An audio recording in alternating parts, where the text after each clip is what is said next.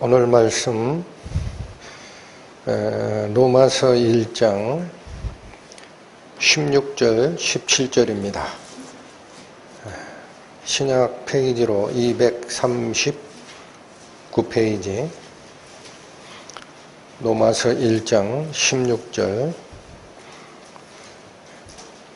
내가 복음을 부끄러워하지 아니하노니 이 복음은 모든 믿는 자에게 구원을 주시는 하나님의 능력이 됨이라. 첫째는 유대인에게요 또한 헬라인에게로다. 복음에는 하나님의 의가 나타나서 믿음으로 믿음에 이르게 하나니 기록된 바 오직 의인은 믿음으로 말미암아 살리라 함과 같으니라. 기도하시겠습니다. 하나님 아버지, 오늘 우리는 로마서가 전하는 복음의 핵심, 믿음으로 의롭게 된다라는 그 말씀에 깊이 있는 의미를 상고하고자 합니다. 부디 저희 마음을 하나님께서 인도하시고자 하시는 그 진리 속으로 이끌어 주셔서 복음의 실체 확인하고 저희 가슴에 담아가는 은혜 있기 원하오니 인도하여 주옵소서. 예수님의 이름으로 기도 올립니다. 아멘. 오늘 살피고자 하는 로마서 1장의 16절과 17절은 믿음으로 의롭게 된다라는 칭의의 원리,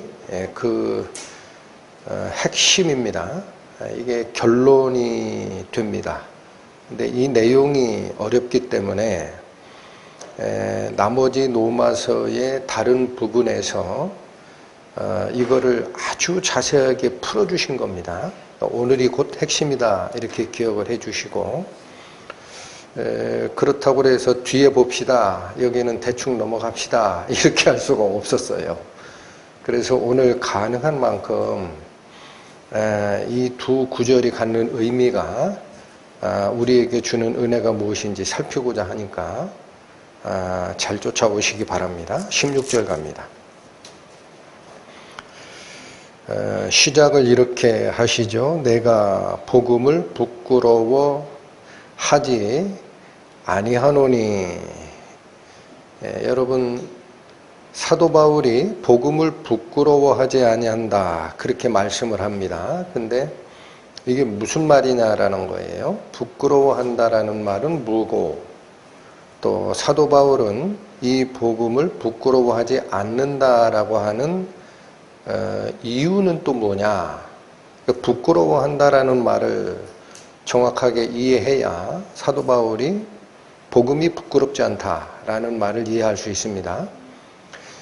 부끄러워하다라는 이 의미는 우리가 알고 있는 개인적인 위신이 떨어지거나 해서 남보기에 창피하다, 그런 의미로 사용이 되기보다 구약 성경에서 이 단어가 사용되는 것은 좀 더 큰 의미입니다. 자기가 믿었던 것, 그래서 그 방향으로 지금까지 살아왔던 것, 다시요, 자기가 믿고 그 믿은 바대로 살아왔던 그것이 나중에 거짓으로 드러나게 되면 그때 느끼는 수치와 당혹감, 이 상태를 표현할 때 구약 성경에서는 수치, 부끄럽다 이렇게 표현을 하는 거예요. 이해되시죠? 그러니까 헛된 믿음, 헛된 인생을 살다가 그게 맞다라고 착각을 하고 살다가 결국 뒤에 가보니까 이게 아니네 이렇게 드러날 때의 수치나 당혹감을 부끄러워한다라는 표현을 쓰더라. 한번 가보십니다. 시편 40편 구약 830페이지 시편 40편 이 사례가 이런 사례를 통해서 알 수 있습니다. 13절에서 15절 보시면 13절 여호와여 은총을 베푸사 나를 구원하소서. 자, 요 시편 기자가 하나님께 구원을 요청하죠. 나를 좀 구해달라는 겁니다. 여호와여 속히 나를 도우소서. 왜 그러나 했더니 14절에 나의 영혼을 찾아 멸하려 하는 자가 있어요. 구약 성경에서 영혼이라고 표현할 때는 생명입니다. 생명. 그러니까 나의 생명을 찾아서 없애버리겠다 하는 자가 있어서 그 자로 다 수치와 낭패를 당케 하시며 이렇게 기도합니다. 그러니까 나의 생명을 찾아서 죽이겠다 하는 자가 수치와 낭패를 당케 해달라라는 말은 그들의 시도가 실패하게 해달라는 거예요. 실패하게 해달라 하시며 나의 해를 기뻐하는 자로 다 물러가 욕을 당케 하소서. 15절 나를 향하여 하하 하는 자로. 이건 의성어를 그대로 번역한 건데 뜻에 맞게 번역하면 나를 비웃고 나를 조소하고 나를 야유하는 자로, 그런 뜻입니다. 그 자로 자기 수치를 인하여 놀라게 하소서. 표현도 뭐라고 그래요? 자기 수치를 인하여 부끄럽게 하소서가 아니죠. 놀란다라는, 이게 무슨 말이에요? 자기가 실패했다라는 거예요. 자기가 잘못 알았다. 그래서 나중에 가면 놀랄 거다. 그러니까 구약 성경에서 사용하는 부끄러움 수치라는 것은 자기가 믿고 의도하고 했던 것이 나중에 실패로 드러날 때의 당혹감을 얘기할 때 쓴다. 한 군데 더요. 시편 71편. 구약 852페이지입니다. 시편 71편 13절도 똑같습니다. 시편 71편 13절 보시면 내 영혼을 대적하는 자로 수치와 멸망을 당케 하시며. 자, 내 목숨을 대적하는 자라는 얘기는 나를 죽이겠다 하는 자예요. 나를 죽이겠다 하는 자로 반대로 실패와 멸망을 당케 해달라. 그러니까 여기서 얘기하는 수치라는 것은 그들의 시도, 기도가 실패하게끔 해달라는 뜻입니다. 나를 모해하려 하는 자, 나를 계획하고 해하려 하는 자, 이게 모해예요. 모의해서 해하려 하는 자에게 욕과 수욕이 덮이게 하소서. 이게 부끄럽게 해달라는 게 아니고 실패하게 해달라. 이해가 되셨을 줄 압니다. 그러니까 오늘 본문에서 사도 바울이 말하는 로마서 1장 16절에 내가 내 복음을 부끄러워하지 아니하노니라는 이 말은 자기가 믿고 있는 이 복음이 결코 실패한다라고 생각한 적이 없다. 절대 이 복음은 실패하지 않을 것을 자기가 확신하고 있다라는 거예요. 아시겠죠? 복음이 부끄럽다라는 말이 그 얘기예요. 이건 절대 실패할 수 없는 하나님의 약속이다. 그러면 왜 이런 확신을 가지게 될까? 바울은 개인적인 신념이면, 여러분 사람이 자기가 가지고 있는 개인적 신념이 어떤 상황이 오더라도 이거는 실패하지 아니할 거야, 그렇게 자신 있는 사람이 있어요? 개인적 신념이면 이렇게 얘기를 못합니다. 그럼 왜 복음을 부끄러워하지 않는다라고 표현하느냐? 하나님의 능력을 체험했고 하나님의 능력을 통해서 이루어지는 복음이기 때문에 그렇습니다. 그래서 사도 바울이 체험한 이 복음에 하나님의 능력이 있어요. 여기도 살피고 옵니다. 디모데 후서 1장 신약 성경입니다. 343페이지 펴보시면 디모데 후서 1장 12절입니다.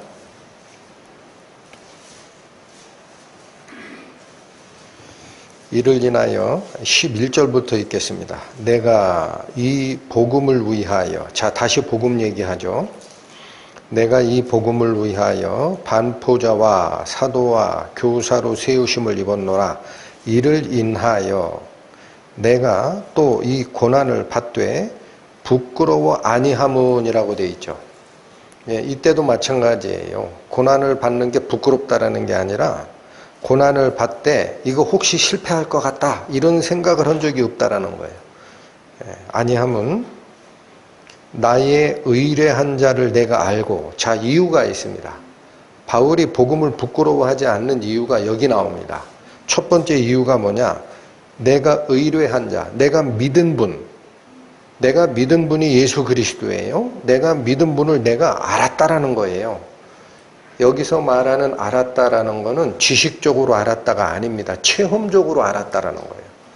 내가 믿은 예수 그리스도가 어떤 분인지 내가 체험했고, 그런 뜻이에요. 또한 하나 더 있다. 나의 의탁한 것을 그날까지 저가 능히 지키실 줄 확신하기 때문이다. 그럼 여기 사도 바울이 예수님께 의뢰한 거, 의탁한 거, 부탁한 게 뭐죠? 사도 바울이 부탁한 게 이 세상 살아갈 때 먹고 사는 문제입니까? 옷 입는 문제입니까? 집의 문제입니까? 그런 거 부탁한 적이 없어요. 사도 바울은 뭐를 부탁했어요? 나의 달려갈 길 다 마친 다음에 주여 당신의 영원한 나라에 나를 영접해 주소서, 이거 부탁한 거예요. 그러니까 부활과 영원한 생명에 대한 희망, 그것을 예수님께 부탁하고 평생의 자기 생명을 다 바쳐 복음을 전합니다.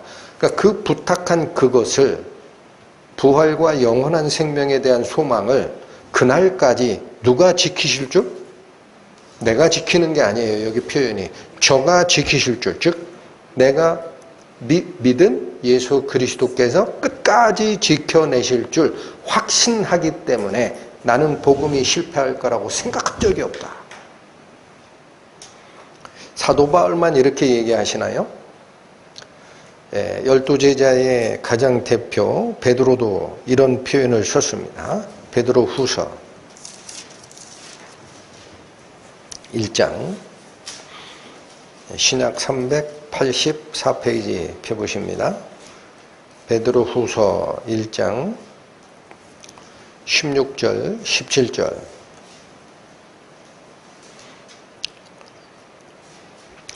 우리 주 예수 그리스도의 능력과 강림하심을, 자 이게 복음의 사실은 핵심 요체입니다. 복음, 즉 예수 그리스도 외에는 하나님께로 인도할 길이 없다.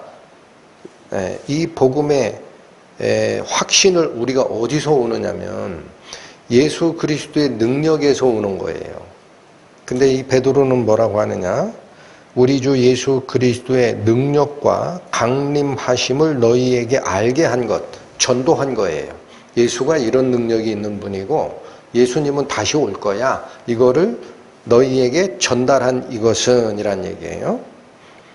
그러니까 여러분, 복음서에서 예수 그리스도의 능력을 어떻게 알려주나요? 그냥 인류 역사상 위대한 네 분의 성인 중 한 분이요, 그렇게 얘기하나요? 응? 그건 복음이 아니에요. 윤리도덕이고 철학이지. 복음서, 성경, 신약 성경이 예수 그리스도의 능력을 어떻게 반포했느냐? 죽은 자를 살렸다.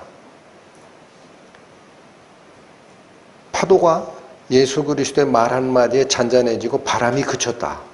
본 적 있냐? 물 위를 걸으셨다. 이게 다 어떤 능력이에요? 자연을 통제하시는 창조주로서의 능력입니다.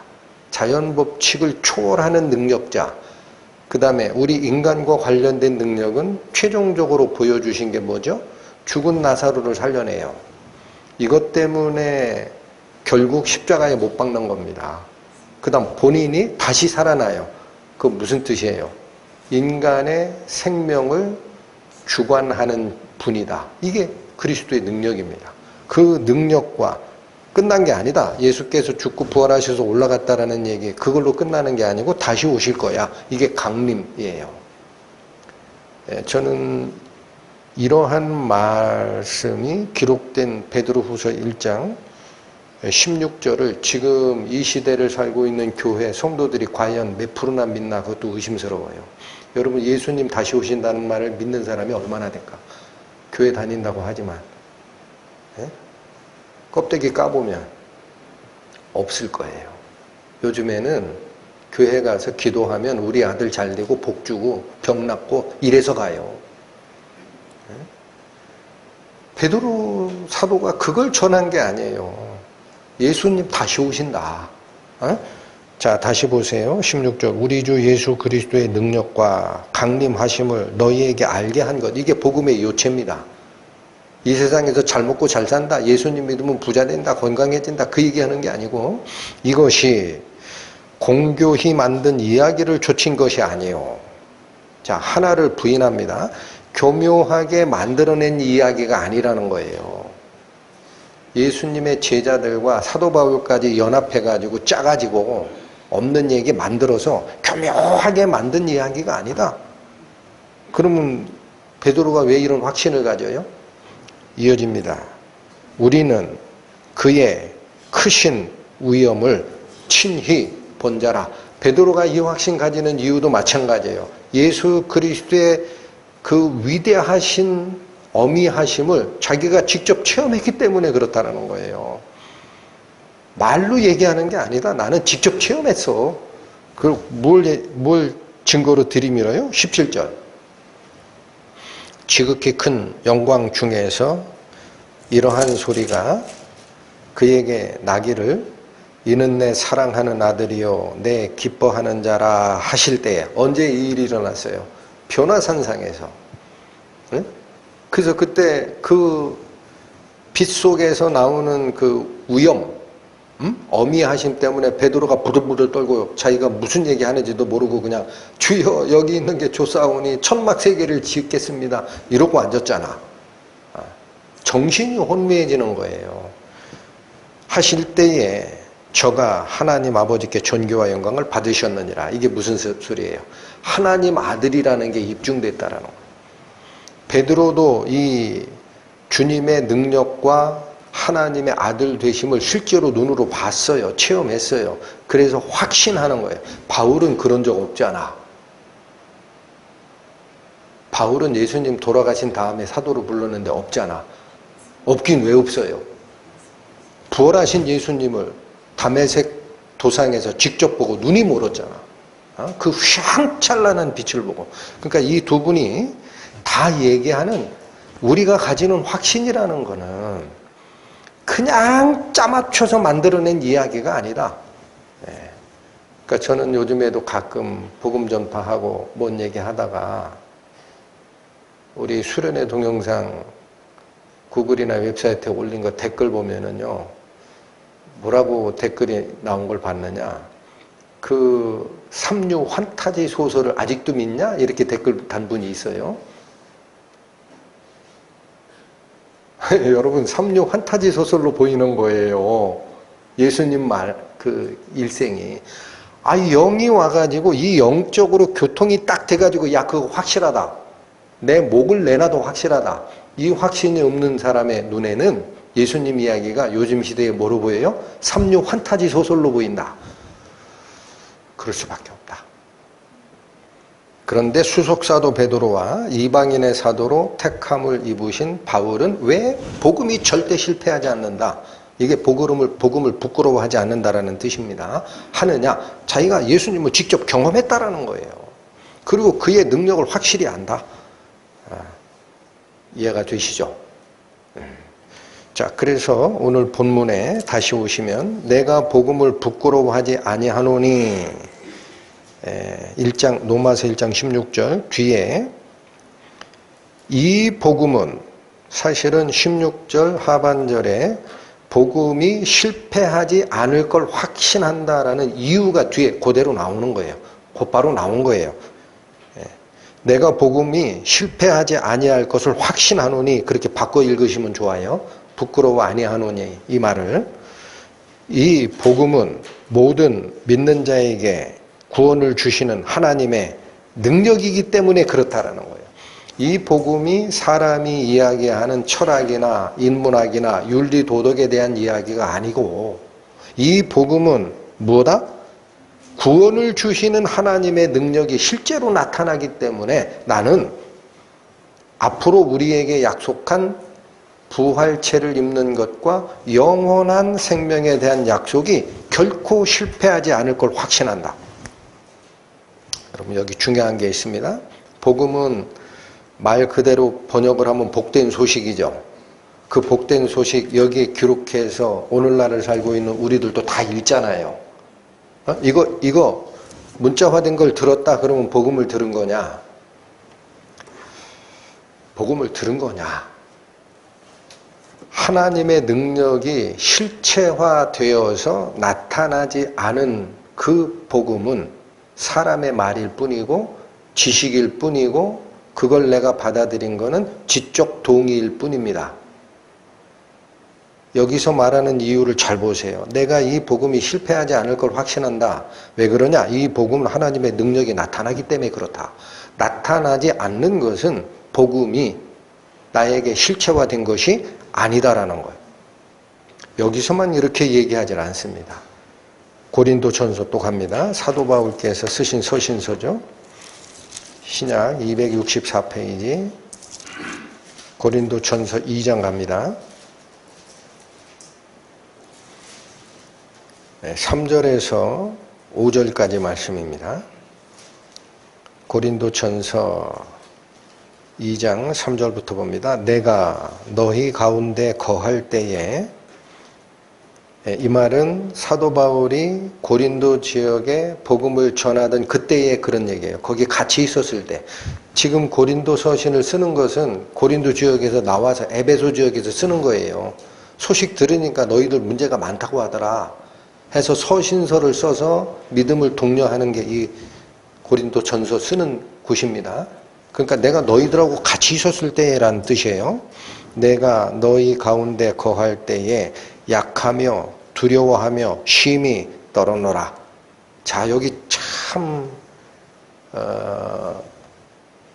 의외의 표현을 합니다. 바울이 고린도 지역에서 고린도 교회 성도들을 복음화시키고 할 때 자신감 가지고 열심을 가지고 자기 능력을 최대한 발휘해서 했다. 그렇게 얘기 안 해요. 그러니까 어떻게 했다 그래요? 약하고 두렵고 떨었다. 그 왜 그럴까? 자신감 있게 전하지를 못했다. 이유가 4절입니다. 내 말과 내 전도함이 지혜에 권하는 말로 하지 아니하고 다만 성령의 나타남과 능력으로 하여 너희 믿음이 사람의 지혜에 있지 아니하고 다만 하나님의 능력에 있게 하려고 그렇게 떨었다라는 거예요. 그럼 무슨 말이죠 이게? 4절을 5절이 다시 반복한 겁니다. 여러분, 사도 바울이 전도할 때 그 전도를 지혜에 권하는 말로 받아들이지 않도록 하려고 기도하고 떨었다라는 거예요. 그 말이 5절엔 뭐예요? 사람의 지혜의 말로 받아들이면 복음은 안전해진다라는 겁니다. 그게 말로만 전하는 복음이에요. 그리고 4절 가니까 지혜에 권하는 말로 아니하고 뭘로 역사하기를 바랬다? 다만 오직 이런 뜻이에요. 성령의 나타남과 능력으로 역사되기를 원했다. 그게 5절에 뭐라고 받아요? 똑같아요. 다만 하나님의 능력에 있게 하려 하였노라. 그러니까 우리가 복음을 전할 때 말재주 좋다고 복음이 전해지는 게 아닙니다. 복음은 하나님의 구원을 주시는 하나님의 능력이기 때문에 나는 복음을 부끄러워 아니한다라고 얘기하셨어요.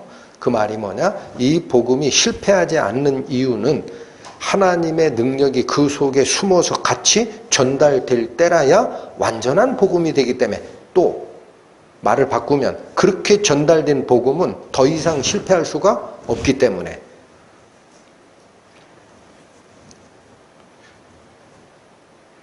한 번 더 보죠. 데살로니가 전서 봅니다. 데살로니가 전서도 사도 바울의 서신서입니다. 신약 329페이지입니다. 329페이지. 데살로니가 전서 1장 5절 말씀 봅니다. 5절. 이는 우리 복음이, 여기 다시 복음 나와요. 우리 복음이 말로만 너희에게 이른 것이 아니라, 자, 말로 전달된 건 복음이 아니에요. 그 말을 듣고 내 머리에서 동의가 돼서 그 말 맞습니다 한 것도 복음을 받아들인 게 아니에요. 여기 뭐라고 합니까? 이는 우리 복음이 말로만 너희에게 이른 것이 아니라, 하나를 부인합니다. 사람의 지혜의 말로 받은 상태는 복음이 아니다. 오직 이것밖에 없다라는 거예요. 오직 능력과 성령과 무엇으로 된 것이라? 큰 확신으로 된 것이니. 여러분, 여기 굉장히 중요한 얘기를 하는 거예요. 복음이 효과적으로 실제로 전달이 되면, 복음을 전하고 복음을 받아들인 상태가 되면, 말로만 받은 상태가 되면 안 된다라는 거예요. 오직 뒤가 중요해요. 능력과 성령과 큰 확신이 나와야 됩니다. 능력과 성령과 큰 확신. 여러분, 사람이 머릿속에서 예수님의 죄사함의 복음이 나한테 너무 은혜롭다 하고 딱 승인한 게 아니고요. 여긴 그 단계를 넘어요. 그건 사람의 말로 전달된 거예요. 그게 아니고 어떻게 돼야 된다? 확신이 오는데 그 앞에 뭐가 써 있어요? 성령이 써 있어요. 여러분, 성령이 가운데 있다고 보시면 됩니다. 성령이 임하는 복음의 역사는 능력도 나타나고 큰 확신도 나타납니다. 내가 동의하고 어그리한 게 아니에요. 네? 성령이 주관하신 실제 복음의 완성은 성령이 주시는 확신이 밑에서부터 끌어올라요. 그래서 목배어도 초대교회 순교가 일어나는 게 그겁니다. 너 예수님 부인해라. 그러면 살려줄게. 너 예수님 믿는다고 고집 피우면 모가지 자를 거야? 그래도 어디서부터 올라오는 확신이 있기 때문에 예수님을 부인을 못하느냐? 이 속에 성령께서 주시는 확신이 있어요. 그래서 부인을 못하는 거예요. 그렇지 않은 사람은 예수님 부인하고 살아버립니다. 그 첫 번째가 성령이 내주함. 내주라는 건 우리 속에 거하는 거예요. 네, 여러분, 워낙 강조해서 우리 말씀사랑교회 성도 여러분 다 아실 거예요. 성령은 교회에만 거하고 우리 개개인 속에는 안 거한다라고 주장하는 분도 봤어요. 성경이 뭐라고 얘기하는지를 보셔야 돼요. 요한복음에 뭐라고 하죠? 성령께서 각 사람의 마음속에 같이 영원히 거주하신다고 돼 있어요. 그러니까 왜 그런 얘기를 하느냐. 교회에는 성령이 계시지만 사람 속에는 없다고 하는 거는 본인이 성령의 내주함을 경험한 적이 없기 때문에 그러는 겁니다. 그러니까 모르는 거예요. 성령이 안에 계시기 때문에 확신을 가져오게 되고, 또 하나 여기 지금 성령을 가운데 놓으시라 그랬어요. 진짜 복음이 전달이 되면 성령이 역사하고 주관하시기 때문에 개인적인 확신이 오게 됩니다. 육체적 목숨을 앗아간다 하더라도 부인 못할 확신을 주게 되고, 또 하나는 능력을 받게 돼요. 이 능력이 뭐예요? 이 능력이 사람이 바뀌어버려요. 사람이 도저히 바뀔 것 같지 않은 사람이 성령이 내주하시면서 인격적 체험과 교류가 일어나기 때문에 진정한 성령의 교류가 있는 사람은 사람이 바뀌어버려요. 여러분 사람이 바뀌었다라는 게 뭐냐면 여기 보십시오. 이게 신학자들이 구분하는 겁니다. 저도 거의 동의하는데 사람의 인품이 있고 성격이 있어요. 색깔. 성격은 안 바뀌어요. 성격은. 왈가닥쟁이는 계속 왈가닥쟁이야. 또 곰살맞게 이야기하기 좋아하는 성격은 또 그래. 근데 그건 아닌데 뭔가를 진중하게 하는 사람은 그 성격을 가지고 그 색깔이에요. 하나님이 사람의 마음의 색깔을 바꾸는 게 아니라 뭐를 바꾸느냐? 그가 지향하는 목표를 바꿔버려요. 왈가닥이든 진중하든 말 많이 하든 감성적이든 이성적이든 그 색깔을 바꾸시는 게 아니라 그 사람의 목적을 바꿔버려요. 그래서 뭐냐? 이제는 더 이상 이 세상이 주는 평안함에 대해서 맛이 떨어져 버립니다. 입맛이 떨어져요. 아, 그 별거 아니야, 그거. 쓸데없는 거야. 어차피 새끼 먹는 거고, 맛있다고 많이 먹으면 당뇨만 오더라. 이거 별거 아니다. 하고 어디에 맛을 들리느냐? 하나님이 맛있어. 이게 조금 경건하지 못한 표현인데, 이해해서 주세요. 하나님이 맛있고 하나님이 기뻐 나는. 하나님이 주시는 게 제일 좋아. 이렇게 바뀌어버려요. 이게 뭐예요? 능력이에요. 사람을 바꿨다라는 게 그거예요. 그래서 구원받은 자가 첫 번째 나타내는 첫 번째 징조가 뭐냐면 있죠. 인생의 목적이 바뀌어버립니다. 다른 건 안 바뀔 수 있어요. 성격은 안 바뀌어요. 그러나 그 사람의 마음이 지향하는 목표와 즐거워하는 것이 대상이 바뀌어버립니다. 제가 하는 말이 아닌 걸 또 알려드려야 되니까 골로새서 보세요. 신약성경 324페이지 보십니다. 골로새서 1장 9절에서 12절 9절부터 보겠습니다. 이로써 우리도 듣던 날부터 너희를 위하여 기도하기를 그치지 아니하고 구하노니, 그러니까 사도 바울 일행이 쉬지 않고 기도하는 게 있어요. 뭘까? 궁금하죠? 안 궁금하면 점심 안 드시기? 너희로 하여금 모든 신령한 지혜와 총명에 하나님의 뜻을 아는 것으로 채우게 해달라고 기도합니다. 여러분 이런 말씀 막 읽어나가는데 하나님의 뜻을 아는데 지혜와 총명이 없이는 몰라요. 이 지혜와 총명은 하나님 말씀을 이해하는 그 지혜를 얘기합니다. 인간적 지혜가 아니라. 근데 그 지혜와 총명에 무엇을 채우라고 그래요?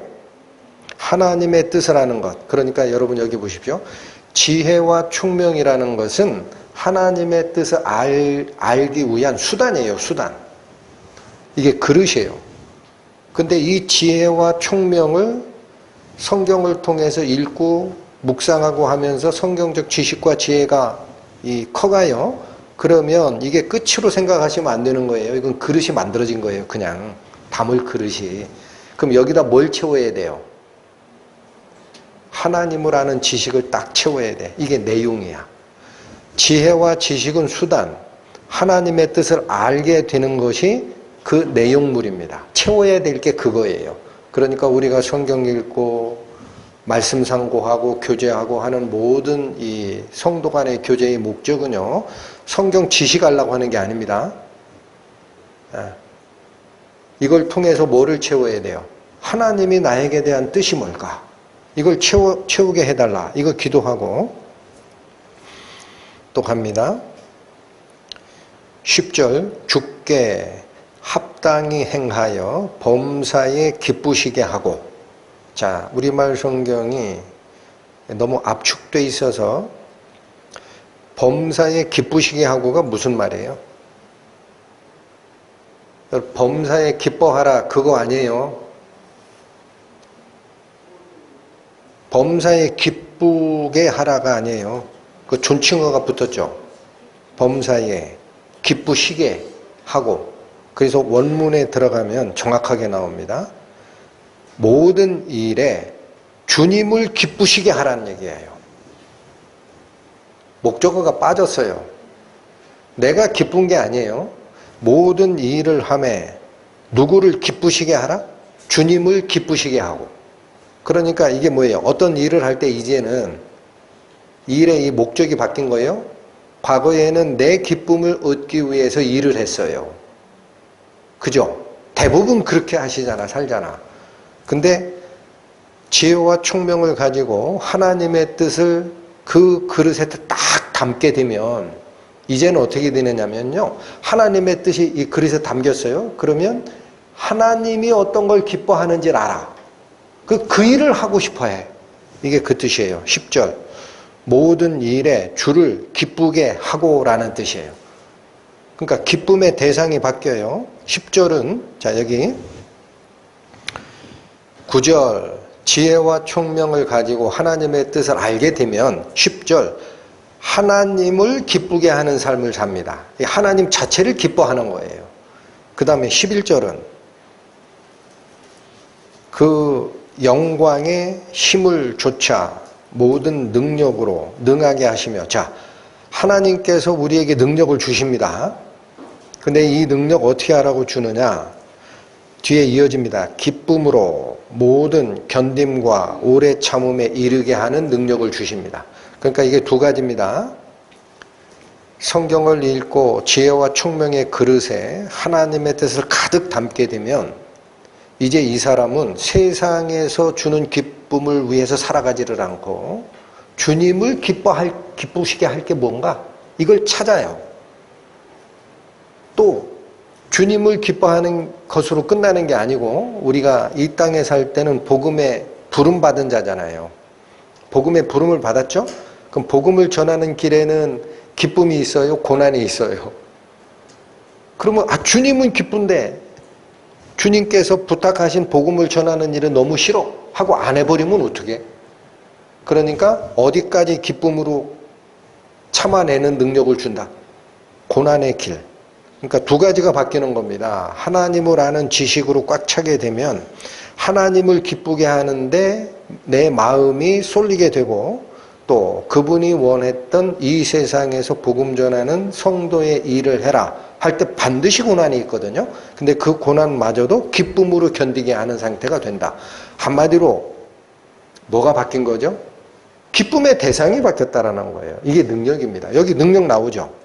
11절 보세요. 그 영광의 힘을 조차 모든 능력으로 능하게 해서 이걸 견뎌내게 하라.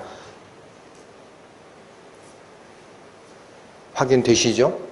그러니까 복음이 말로만 너희에게 이른 것이 아니라 능력과 성령과 큰 확신으로 되었나니 라고 할 때 그 능력은 사람이 바뀌어가는 능력이에요. 세상을 즐거워하고 기뻐하던 그 인생들이 방향이 완전히 180도 딱 돌아서 누구를 기뻐하고 하나님을 기뻐하고 하나님의 일에 고난이 같이 온다 하더라도 내가 뭐하러 이 고난의 길에 서냐, 대충 먹고 살자 이렇게 돌아가질 않고 고난이 와도 좋아. 바뀐 겁니다. 자, 오늘 다시 본문으로 돌아가시죠. 16절 설명하다가 이 말씀을 드린 겁니다. 내가 복음을 부끄러워하지 아니하노니 말씀을 바꿔서 읽어주시면 은혜가 됩니다. 내가 복음이 절대 실패하지 아니할 것을 확신하노니 그런 뜻이에요. 확신하노니 이 복음은 왜 실패하지 아니하느냐? 모든 믿는 자에게 구원을 주시는 하나님의 능력이 되기 때문에 사람의 말이 아니기 때문에 절대 이것은 실패할 수가 없다. 첫째는 유대인에게 구원을 주고 또한 헬라인에게도 구원을 주는 능력이 있다. 이 당시에 유대인과 헬라인이라는 표현은 선택받은 이스라엘 백성과 이방인을 대표하는 말입니다. 그러니까 신약 성경이 이야기하는 복음은 즉 하나님이 구원을 주시는 이 능력의 말씀은 모든 자에게 열렸다라는 얘기를 다시 하고 넘어간 거죠. 17절로 갑니다. 자, 16절에 다른 거는 수식어로 보시면 돼요. 16절의 핵심은 복음은 말로 전한다, 능력과 성령과 큰 확신으로 전한다. 능력과 성령과 큰 확신으로 된 거다. 그래서 이 구원을 주시는 그 능력을 17절에 다시 설명한 겁니다. 그러니까 이 두 개가 복음의 결론이에요. 17절 가시면 복음에는 하나님의 의가 나타나서 믿음으로 믿음에 이르게 하나니. 여러분, 바로 이 말씀에서 종교개혁을 주도했던 마틴 루터가 구원을 받아버렸어요. 이 말씀 앞에 딱 무릎이 꿇어졌어요. 그리고 나서 칭의의 구원이 뭔지를 깃발을 딱 들고 복음을 시작합니다. 이게 종교개혁입니다. 근데 이 말씀 잘 들으셔야 됩니다. 일단 복음에는 우리의 의가 나타난다고 해요? 하나님의 의가 나타난다고 그래요? 자, 여기서부터 어려워요. 복음은, 자, 이거죠. 하나님은 원래 의로우신 분이에요. 이거 모르시는 분 없잖아. 하나님은 원래 의로우신 분이라고. 근데 뭐가 문제가 생긴 거예요? 사람이 문제가 생겼지. 그럼 사람이 하나님하고 교제하고 같이 살 수 있는 그 레벨에서 죄를 범함으로써 하나님과 교제 못하는 저 밑으로 나락으로 떨어졌잖아. 그럼 복음은 뭐를 바꿔야 복음이야? 이 사람을 하나님 곁으로 끌고 가야 복음이지. 근데 왜 하나님 의를 자꾸 얘기하냐 이거야. 복음에는 사람이 어떻게 의로워지는가가 나타나야지. 제가 의문 제기하는 거를 일단 이해하셨어요? 왜 갑자기 복음에 하나님의 의가 나타난다라고 하나? 하나님은 원래 의로우신데 그게 복음하고 무슨 관계냐? 이 굉장히 어려운 질문이에요. 그래서 우리가 먼저 살필 게 있습니다. 이건 처음 듣는 분도 많을 거예요. 잘 좀 들어주세요. 의라는 단어가 있어요. 의. 이 의라는 단어가 헬라어로는 디카요수네라고 읽히는 단어인데 영어로 그냥 말씀드리면 right가 오른손의 뜻도 있지만 옳다라는 거죠. right, you are right. 그럼 네가 옳아. you are wrong. 그럼 너 틀렸어. 이거죠. 옳다라는 게 오른쪽도 되고 이 right가 옳다라는 뜻인데 righteousness라고 합니다. righteous라는 건 올바른이라는 형용사고 명사로 바꾸면 명사형 어미 붙여서 righteousness. 이게 좀 더 어렵네. 영어로 하니까. 근데 이게 무슨 뜻이냐면 의라는 게 righteousness라는 건데 뜻은 뭐냐? 옳음, 바름이에요. 같은 얘기 두 번 하시는 거 아니에요? 아니, 조금만 더 기다리시라고. 그래서 이 바르다라는 단어는 영어가 upright라는 단어를 씁니다. upright. 곧바로 섰다라는 거예요. 똑바로 섰다. 삐뚤어지지 않고 넘어지지 않고 곧바로 서 있다. 이게 upright, 이게 바른이에요. 그러니까 잘 좀 생각하세요. 의라는 말을 할 때는 사실은 사람의 이 속에 있는 성품이 거룩하다라는 얘기에 초점을 맞춰져 있는 게 아니더라는 거야. 그렇죠? 사람이 바로 서 있느냐라는 얘기야. 처음 듣는 얘기죠. 의를 오늘 이 말씀 참고하시면서 의라는 개념을 정확하게 이해하자는 얘기예요. 특히나 이 디카요수네라고 읽히는 이 의, 영어로 righteousness라고 옳음, 바름이라는 이 단어가 히브리어로는 째다카라고 읽히는 단어를 씁니다. 히브리어로 째다카. 근데 이 째다카는 성경적으로 쫓아가면은 사람의 성품에 대해서 쓰인 적이 없어요. 그러니까 우리가 의롭다라는 것을 너 의로워라고 하나님께서 불러주신다라는 거는요. 내 성품이 하나님 앞에 거룩하게 바뀐다라는 얘기하고는 거리가 있다라는 거예요. 그걸 얘기하고 싶은 게 아니에요. 그럼 이 째다카라는 게 뭐냐? 하나님에게 쓰일 때가 있어요. 의라는 이 단어, 째다카라는 히브리어가 하나님께 쓰일 때는 하나님의 성품, 하나님의 판단을 말할 때 씁니다. 그 당연하죠. 하나님이 의로우신 분이니까. 하나님의 성품, 의로움으로만 꽉 차 있는 분, 불의가 없어요. 하나님의 판단도 의로만 판단하시지 사수를 부리시지 않아. 그때 써요. 그 다음 이 째다카라는 의라는 단어가 사람에게 쓰일 때가 있어요. 그러면 사람이 하나님처럼 거룩하고 죄가 없다 이런 의미로 쓰이는 게 아니고요. 하나님과 관계가 바르다라는 얘기를 할 때 씁니다. 의가 사람에게 사용될 때는 어떤 때 더 쓴다? 사람이 하나님과의 관계가 바르다라고 할 때 씁니다. 바르다. 삐뚤어지지 않고 관계가 바로 섰다라고 할 때 쓴다. 이해가 되세요? 네, 그래서 의가 하나님께 쓰이는 예가 있습니다. 시편 7편 한번 보시죠. 구약성경 807페이지 보세요.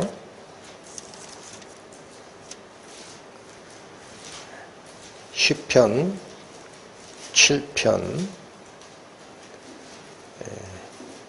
11, 12절 봅니다. 하나님은 의로우신 재판장이시며, 여기 의로우신이라고 나오죠. 이게 째데카예요. 하나님은 의로우신 재판장이시며, 근데 뒤에가 참 공의로우심을 또 얘기하는 게 아니라 매일 분노하는 하나님이래요. 그 왜 그래요?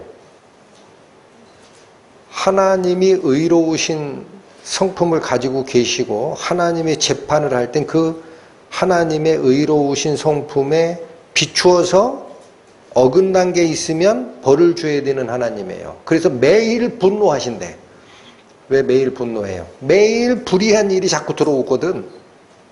그래서 이 12절 보시면 사람이 회개치 아니하면 저가 그 칼을 가르시며 그 활을 이미 당겨 예비하셨도다. 죽일 기계를 만들어 놨다는 거예요. 자, 여기 보십시오. 이게 어떻게 의로운 거냐? 의롭다니까요. 하나님의 성품과 하나님의 판단을 이야기할 때 의롭다라는 말을 씁니다. 그게 right, 바르다라는 거예요. 하나님의 판단은 바르고 하나님의 심판도 바라요. 옳아요. 근데 사람에게 이 사용될 때는 사람의 성품이 의롭다, 사람의 능력이 의롭다라는 때 쓰지를 않고, 아까 뭐라고 제가 말씀드렸어요?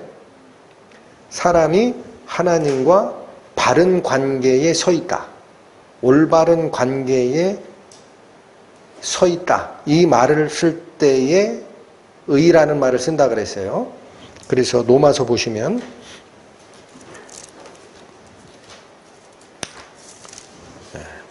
3장, 자, 여기 사용하는 사용례를 보기 전에 우리가 당연히 아는 게 있습니다. 여러분, 첫째 사람 아담이 범죄하기 전에는 의로운 자예요, 불의한 자예요? 의로웠어요. 그래서 하나님하고 같이 동산에서 대화도 나누고 교제했어요. 그게 원래 하나님이 목적했던 사람의 하나님과의 관계입니다. 그게 정상적인 관계예요. 이게 의롭다라는 거예요. 그런데 선악과를 따먹고 죄를 범한 다음에는 하나님이 두려워지고 하나님 입장에서도 너는 내쫓임을 당해야 맞다 해서 에덴 동산 동편으로 내쫓고 두루 도는 화영검과 케루빔 천사를 시켜서 지키게 하고 절대 못 들어온다 하고 막아버렸죠. 그게 관계가 깨진 거예요. 이거를 뭐라고 하느냐? 불의하다라는 거예요. 사람이 하나님과 원래 맺고 이 살아가는 관계가 깨졌다라는 뜻이야. 이게 불의야. 의롭지 못하다. 그래서 로마서 3장 신약 243페이지 보시면 23절 보시죠. 모든 사람이 죄를 범하였음에, 자, 여기 선언이 아담만 죄 범했다고 그래요? 모든 사람이 죄를 범했다고 그래요? 예. 그래서 여러분 이게 자범죄라고도 하고 원죄를 뺀 상태예요. 원래 죄인이 되는 이유는 첫사람 아담이 죄를 받았기 때문에 그 후손들은 전부 죄인으로 태어나는 것이 원죄예요. 근데 여러분 이 원죄만 있고 자기가 스스로 범한 죄가 없었을 때 그 사람이 죽으면 천국에 갈까요? 지옥에 갈까요?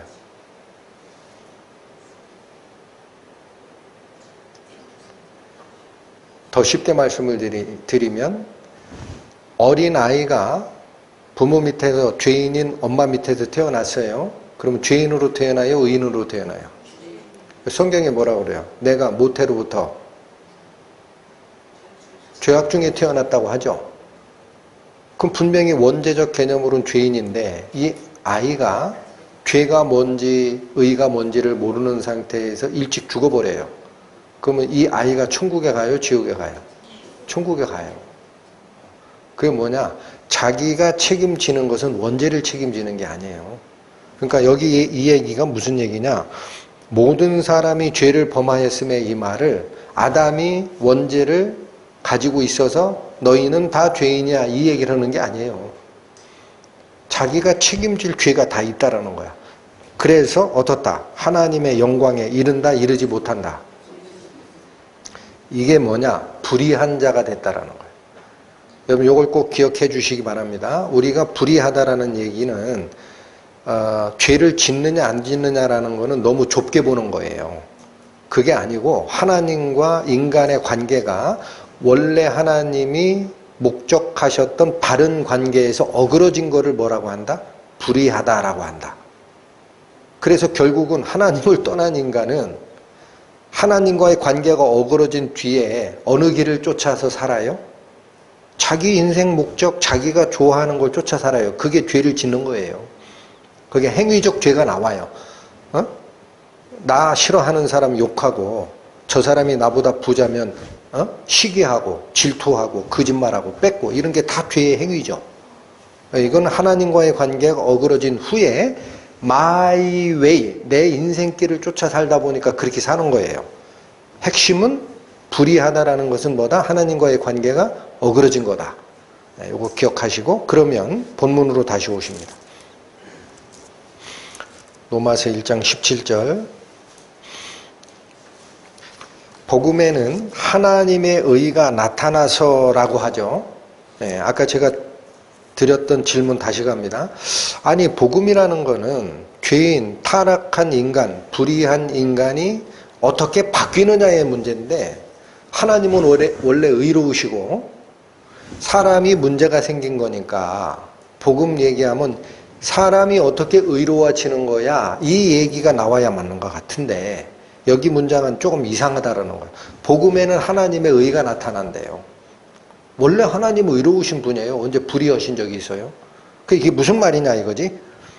네, 자, 그래서 앞에서 제가 의라는 단어를 자세하게 풀었습니다. 기억하세요. 의가 하나님에 대해서 쓰일 때는 그분의 성품이나 판단에 대해서 쓰이는 겁니다. 그 속성이에요. 근데 이 의라는 단어가 사람에게 쓰일 때는 사람의 성품을 얘기하는 적이 거의 없다. 뭐를 얘기한다? 하나님과의 관계가 바르냐 그렇지 않으냐를 얘기할 때 쓰는 말이다. 그런데 복음에 하나님의 의가 나타난다는 말은 뭐냐? 의를 제가 설명드린 사람에게 적용되는 정의로 바꿔버리세요. 그러면 사람이 하나님 앞에 바로 서게 되는 게 의죠. 아직 구분 못하신 분이 있어요? 의라는 말이 하나님의 성품과 하나님의 재판 속성에 쓰일 때는 옳다 바르다 그분의 성품을 얘기하는 거고 의라는 말이 사람에게 사용될 때는 사람의 성품을 얘기하는 게 아니라는 거예요. 뭐에 대해서 얘기하는 거다? 사람이 하나님 앞에 바르게 서 있느냐 아니냐를 얘기할 때 쓰는 거다. 이거 확정하시고 그럼 복음은 하나님에 대한 이야기가 아니에요. 사람이 어떻게 바뀔 수 있느냐야. 그런데 복음에 하나님의 의가 나타났다라고 할 때 이 의는 하나님의 성품이 나타난다는 얘기가 아니다라는 거야. 하나님은 원래 의로우시다고. 그게 바뀐 적이 없어. 그러면 하나님의 의가 나타났다라고 할 때 그 의는 사람이 하나님과의 바른 관계가 어그러졌죠. 지금 죄인이니까. 그 어그러진 관계가 하나님 앞에 바로 서는 방법을 의라고 하는 거예요. 그럼 이제 이해가 돼요. 복음에 하나님의 의가 나타난다라는 이 말은 뭐냐? 복음을 잘 들여다보면 사람이 하나님 앞에 바로 서는 방법이 사람이 제시하는 방법 말고 하나님이 제시하는 능력과 방법으로 이게 어떻게 이루어지는지 그 길이 보인다라는 거예요. 이해되셨어요? 이게 뭐냐면 하나님의 의가 복음에 나타나 있어 나는 복음을 받아들이고 거듭나서 그러면 하나님의 거룩하심이 나의 거룩함으로 그대로 넘어오는 게 아니라는 거예요. 성품이 넘어오는 게 아니에요. 뭐가 바뀐 거예요? 관계가 바뀐 거야. 하나님 앞에 쓸 수 없었던 그 관계가 하나님 앞에 서도 되는 관계로 올바른 관계로 업라이트 되게 바뀌는 거예요. 이젠 너는 하나님 앞에 쓸 수 있다. 그게 하나님의 의가 나타난다는 거예요. 그래서 여기 중요한 게 있습니다. 원래 하나님과 교제하고 바르게 서 있을 수 있게 만든 창조의 질서가 사람이 하나님을 무시하고 뱀말을 쫓음으로써 이 관계가 틀어졌어요. 이게 불의한 상태가 돼서. 그러면 불의한 인간이 하나님 앞에 바르게 서는 방법이 존재해야 돼요. 두 가지가 있어요. 다시요. 불의한 인간이 하나님 앞에 바로 설 수 있는 방법은 두 가지가 있어요. 성경에 나와요. 제 얘기가 아니에요. 어떤 방법이 있느냐? 첫 번째, 네 스스로 하나님 앞에 설 수 있는 자격을 얻어라. 이게 첫 번째 방법이에요. 두 번째 방법은 네가 할 수 없다. 내가 길을 만들 테니까 이 길을 쫓아와라. 이게 두 번째 방법이야. 그러면 첫 번째 방법은 사람이 자기 의를 세우는 방법이에요. 두 번째 방법은 하나님이 열어놓으신 길을 통해서 하나님과의 관계가 정상화되는 방법이야. 이제 의를 그렇게 이해하시라는 얘기예요. 이해되셨어요? 그래서 사람이 스스로 의로워지는 방법이 뭘까? 이 방법 성경에 얘기한다 그랬어요. 배제하는 거 아니에요. 사람 스스로가 하나님 앞에 설 수 있는 방법이 있어요. 로마서 10장 갑니다. 252페이지. 로마서 10장 2절 3절 보십니다. 내가 증거하노니 저희가 하나님께 열심히 있으나 지식을 좇은 것이 아니라. 여기서 말하는 지식은 생명에 관한 지식이에요. 네. 생명에 관한 지식을 좇은 게 아니라 그럼 뭐를 쫓았냐? 자기 생각을 쫓았다라는 거예요. 그래서 3절 하나님의 의를 모르고. 여러분 이게 지식을 쫓지 않았다라는 말을 받은 거예요. 하나님의 의를 모르는 게 무식한 거예요. 그게 지식을 쫓지 않았다라는 말이에요. 하나님의 의를 모르고 뭐를 세우려고? 자기 의를 세우려고 힘써 하나님의 의는 복종치 아니한 상태가 됐다라고 합니다. 그럼 이 말이 여기서 다시요. 자기 의를 세우려고 했다라는 말이 무슨 말일까? 자기 의를 세우려고 했다. 5절 갑니다. 5절 곧바로 나와요. 모세가 기록하되, 이게 구약에 있다라는 거예요. 율법으로 말미암는 의를 행하는 사람은 그 의로 살리라. 이렇게 기록되어 있다. 그러니까 이게 무슨 뜻이에요? 율법이 이야기하는 의로워지는 방법이 있다라는 거예요. 율법이 이야기하는 의로워지는 방법. 그게 뭐냐? 율법대로 살아라라는 거야. 율법대로 살으면 의로워진다라는 거야. 아시겠죠? 율법대로 살면 의로워집니다.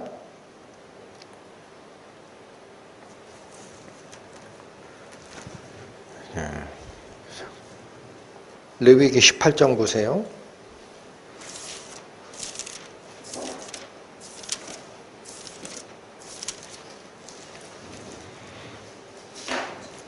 구약성경 173페이지입니다. 레위기 18장 5절 보세요.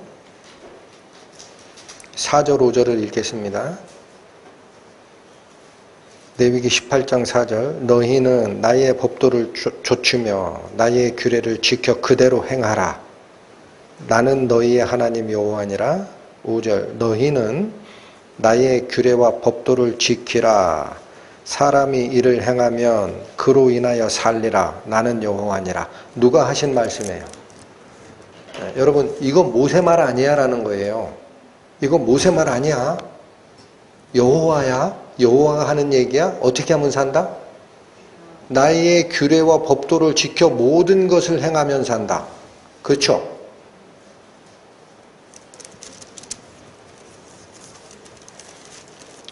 그러니까 예단하지 마세요.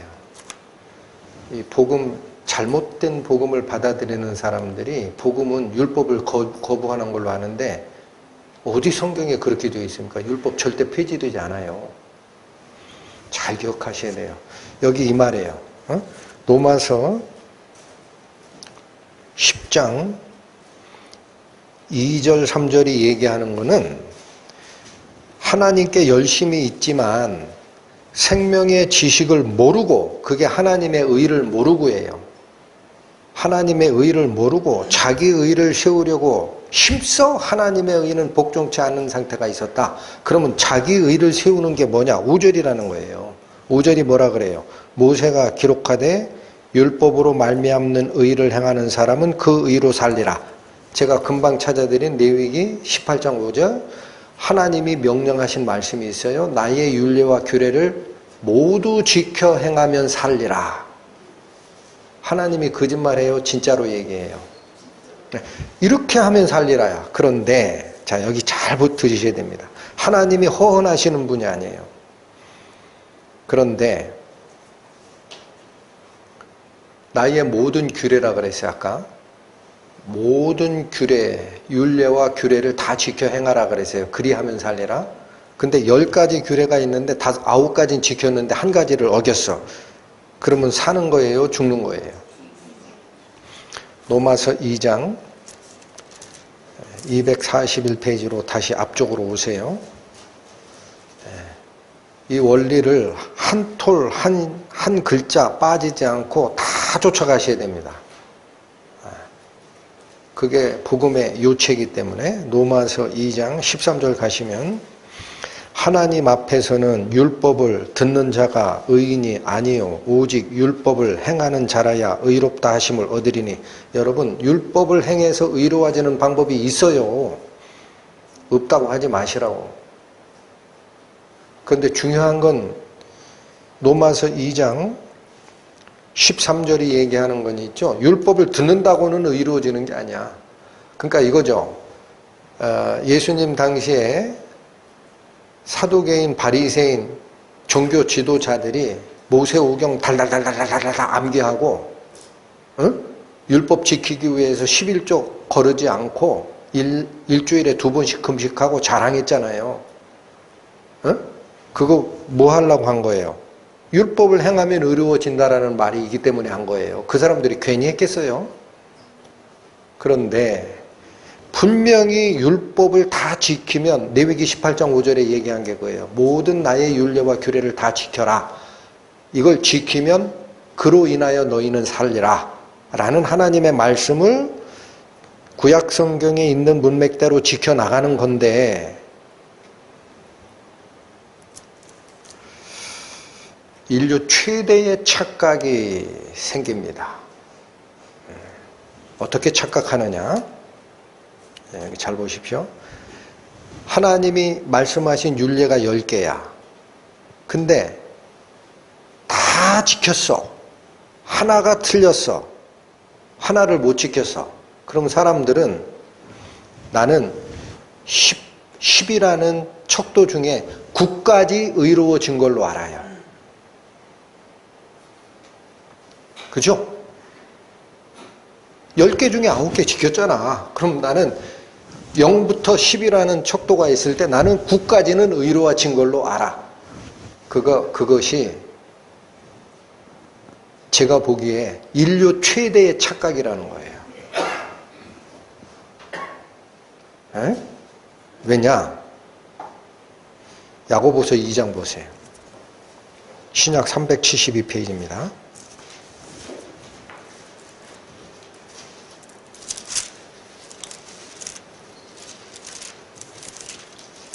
야고보서 2장 10절 보세요. 야고보서 2장 10절 누구든지 온 율법을 지키다가 10가지 구약으로 얘기하면 10가지 십계명을 지키다가 그 하나에 거치면 하나만 범한 자가 됩니까? 모두 범한 자가 됩니까? 아, 이걸 몰랐어요.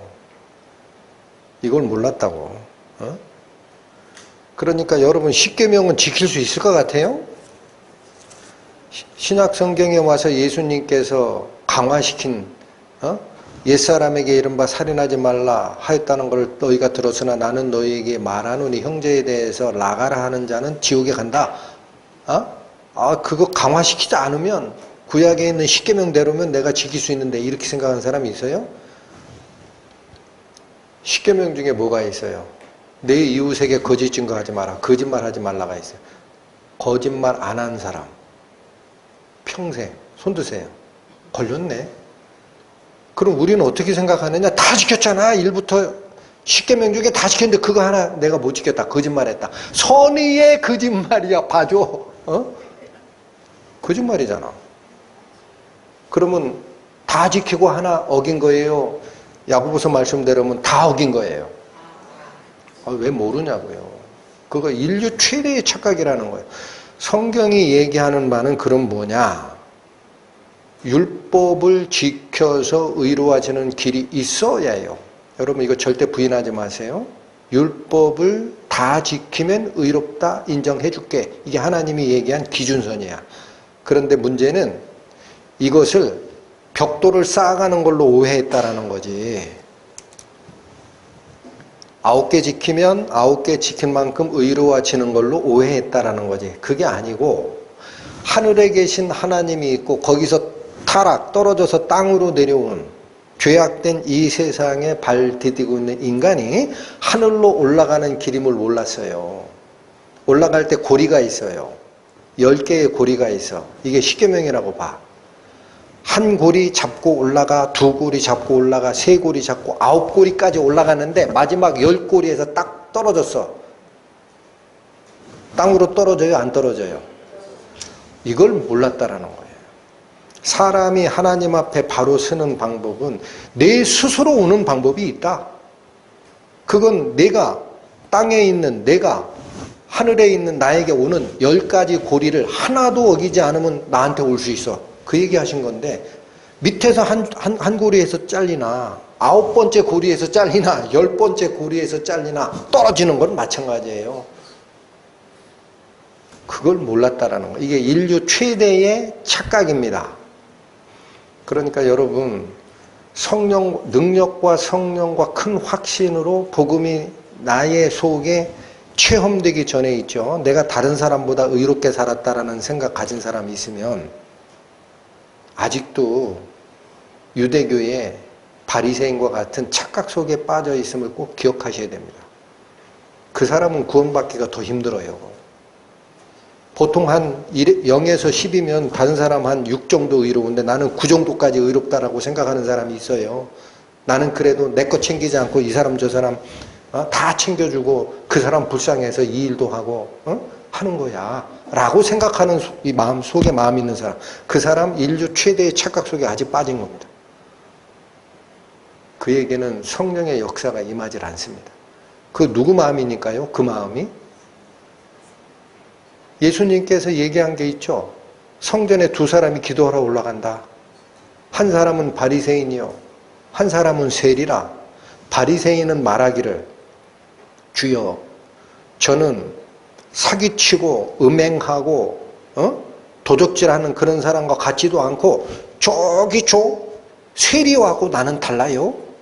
저는 하나님께서 말씀하신 모든 걸 다 지키고 11조도 최소의 11조까지 드리고 일주일에 2번이나 금식합니다.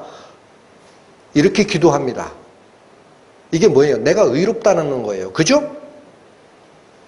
여기 세리는 하늘을 쳐다보지는 못해요. 상죄인이야. 하늘을 바라보지도 못하고 뭐예요? 주여 나는 죄인으로소이다.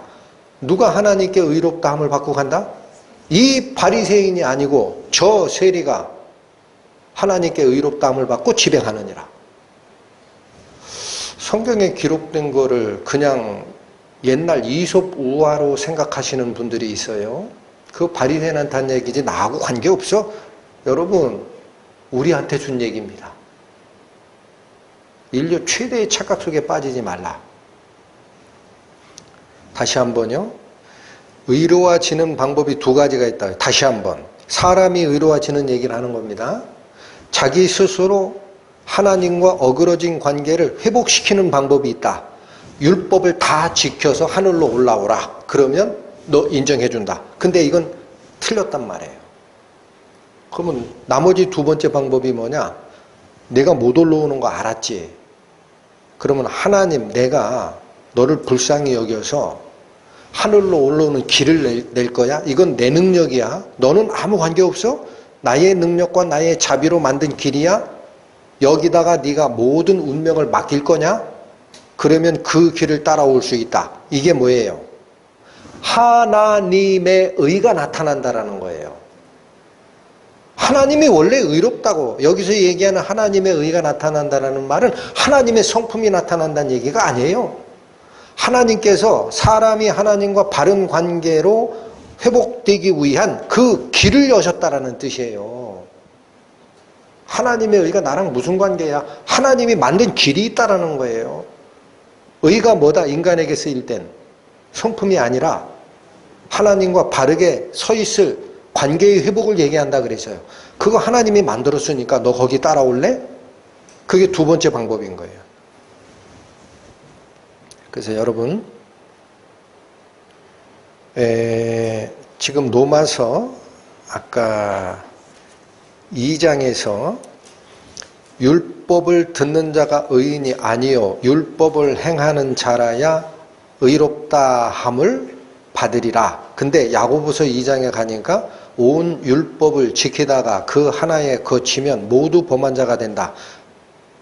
이 말씀까지 드렸어요. 로마서 3장 가보세요. 신약 243페이지입니다.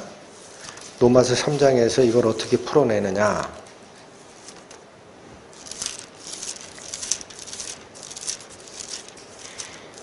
(243페이지) 로마서 3장 20절에서 22절 살필 겁니다. 중요한 말씀이니까 차분히 따라오시기 바랍니다. 20절 그러므로 율법의 행위로 자 뭘로? 이게 무슨 말이에요? 율법을 지키면 의롭다라고 인정하겠다. 레위기 18장 5절에 하나님께서 나는 여호와니라 선언하고 주신 말씀이 있잖아요. 다 지켜라. 율법의 행위로가 그 뜻이에요. 그 율법대로 살아서라는 거야. 그의 앞에 의롭다 하심을 얻을 육체가 있다 없다? 없나니 여기 선언하잖아요. 왜 못해요? 아홉을 쌓는 개념이 아니라 쌓아가는 개념이 아니라 늘어뜨린 10가지 고리를 잡고 올라가는 개념이었구나. 그래서 그 중에 어느 한 고리라도 끊어지면 나는 지옥으로 떨어지는 거구나. 그래서 다 의롭다 얻을 육체가 없다는 게 사람이 없다는 게 사람이. 한 사람도 율법을 지켜서 의롭게 될 사람이 없어요. 그럼 여기서 질문 나와야지. 그럼 율법 왜 줬냐? 못 지킬 걸 왜 줬냐? 왜 줬어요? 율법으로는 죄를 깨달음이니라. 아, 우리는 원래 못 지키는 죄가 이 속에 들어와 있구나. 더 이상 스스로는 하나님 앞에 올바른 관계로 스스로 올라갈 방법은 없구나. 그러면 율법은 실효적으로는 사망의 길입니다. 그 길을 갈 수 있는 사람이 없기 때문에 올라간다면 생명이 나와요. 근데 올라갈 사람이 없으면 이 길은 내 능력으로는 못 온다는 걸 알려준 거죠. 그럼 율법 왜 줬어요? 죄를 깨달으면 뭐가 달라지나요? 달라지죠. 아, 내가 못해. 이 길은 못 가는 길이야. 출입 금지. 여러분 등산 가다가 정상으로 올라가는 등산로가 여러 개인데 여기 뭐 폭풍 후에 여기 뭐가 무너졌어요. 그럼 거기 등산로 폐쇄하고 딱 X표 쳐놓은 데 있죠. 거기 올라가면 죽어요. 다른 길로 가야지. 다른 길이 있나를 보란 얘기야. 그 다른 길이 뭐예요? 하나님이 여기서부터 뚫어놓은 길이 있어요. 20절부터 보세요. 그러므로 율법의 행위로 그의 앞에 의롭다 하심을 얻을 육체가 없나니 율법으로는 죄를 깨달음이니라. 그러면 죄인인 걸 알았어. 불가능한 걸 알아. 그러면 아예 길이 막혔냐 했더니 21절 이제는 율법 외에 하나님의 한 의가 나타났으니 여러분 이 말씀 오늘 저희가 상고하는 로마서 1장 17절에 복음에는 하나님의 의가 나타나서 그 얘기죠. 여기 설명하시는 거예요. 이게 무슨 뜻인지 잘 봐라. 설명하시는 거라고. 율법 외에 하나님의 한 의가 나타났다. 이게 뭐냐면 율법을 통해서 가는 길 말고라는 뜻이에요. 율법 외에라는 말은 원문의 의미가 율법과는 별개로라는 뜻이에요. 율법이 우리를 인도하던 정상으로 올라가는 그게 말고 그거 말고 별도로 하나가 또 있었어. 그런 얘기. 길이 하나가 또 있었다. 율법 외에 뭐가 나타났어요? 여기도 똑같이 쓰시죠. 하나님의 한 의가 나타났대요. 그러면 여기 표현을 어떻게 이해해야 돼요? 하나님이 의롭다는 걸 얘기하고 싶은 게 아니에요. 율법을 통해서 사람이 하나님 앞으로 가는 길이 있었지만 이거는 폐쇄된 길이다. 갈 수 없다. 그러면 또 다른 길이 있는데 하나님께서 잘 들으세요. 하나님의 의가 나타났단 말이 그거예요. 하나님께서 사람과 하나님의 관계가 정상화될 수 있는 이 방법과 길을 여신 게 있다라는 거예요. 하나님이 의롭다라는 말씀이 아니고 하나님 원래 의로우세요. 하나님 성품에 대한 의를 얘기하는 게 아니에요. 하나님이 열어놓으신 사람이 바르게 쓰는 방법이 있다. 하나님과의 어그러진 관계가 회복되는 방법이 있다. 그 얘기입니다. 그래서 22절 가보시면 곧 이제 설명합니다. 자, 이게 뭔지 아냐? 설명해 줍니다. 예수 그리스도를 믿음으로 말미암아 율법을 지킴으로 말미암아 예수님을 믿음으로 말미암아 네, 완전히 다르죠. 모든 믿는 자에게 미치는 하나님의 의인이 차별이 없느니라. 그러니까 여기서 얘기하는 하나님의 의는 예수 그리스도를 믿으면 실효성 있게 작동하는 길이 있다라는 거예요. 율법 안 지켜도 하나님 앞에 올바른 위치로 회복시키는 방법이 예수 그리스도를 믿는 방법이다라는 얘기를 한 겁니다. 그러면 여기를 잠깐 잡으시고 오늘 본문인 로마서 1장 17절 다시 보세요. 네, 복음에는 하나님의 의가 나타나서 이 말이 방금 전에 읽었던 3장 21절 율법 외에 하나님의 의가 나타났으니 이 말이에요. 복음에는 하나님의 의가 나타나서 그 다음 구절이 굉장히 어렵고 굉장히 중요합니다. 믿음으로 믿음에 이르게 한대요. 아, 이것도 어렵죠. 믿음으로 믿음에 이르게 한다라는 게 무슨 말이죠? 앞에 믿음으로라는 거는 출발지 믿음입니다. 믿음에서 시작하여라는 의미예요. 헬라어 원문이 믿음에 이르게 하나니라는 건 도착지 믿음을 얘기해요. from to예요. 한마디로 영어로. from 믿음에서 출발하여 저쪽 믿음에 이르게 한다. from to의 개념이에요. 헬라어 문구가 그래요. 자, 여기 참 어렵죠. 그럼 믿음이 두 개예요? 하나예요? 두 개예요? 한 번 더. 이렇게 사도 바울이 칭의의 원리에 대한 중요한 말씀을 꺼낸 게 자기 이야기면 안 되잖아. 그래서 믿음으로 믿음에 이르게 하나니 뒤에 근거를 댑니다. 사도 바울이 이 말을 하신 근거가 있다라는 거. 기록된 바.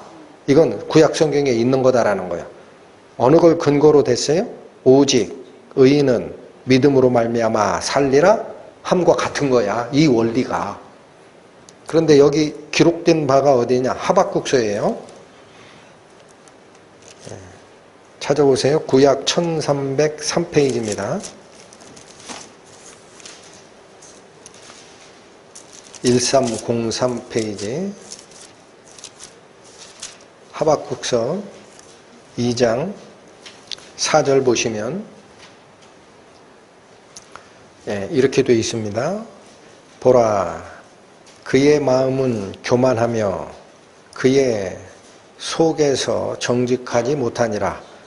요까지는 그러니까 4절의 앞쪽 상반절은 마음이 교만한 자가 정직하지 못한 상태다라는 얘기를 한 거예요.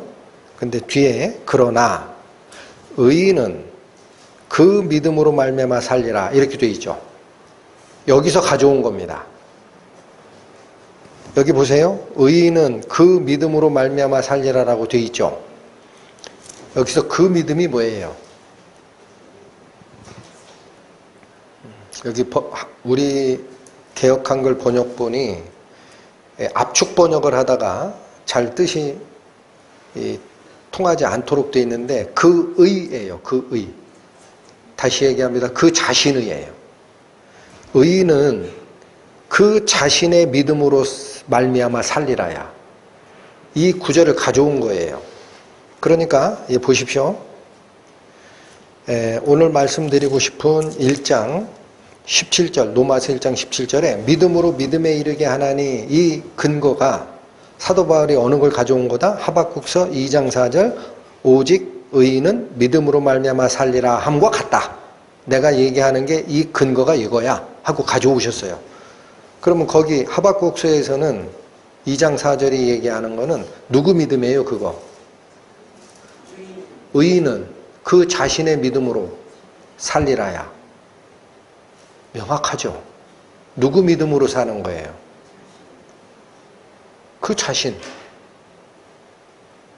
그러면 로마서 1장 17절에 믿음으로 믿음에 이르게 하나니라고 할 때 그 앞에 믿음은 신자의 믿음을 얘기해요. 사람의 믿음. 사람이 하나님께 맡기는 것이 믿음이에요. 에?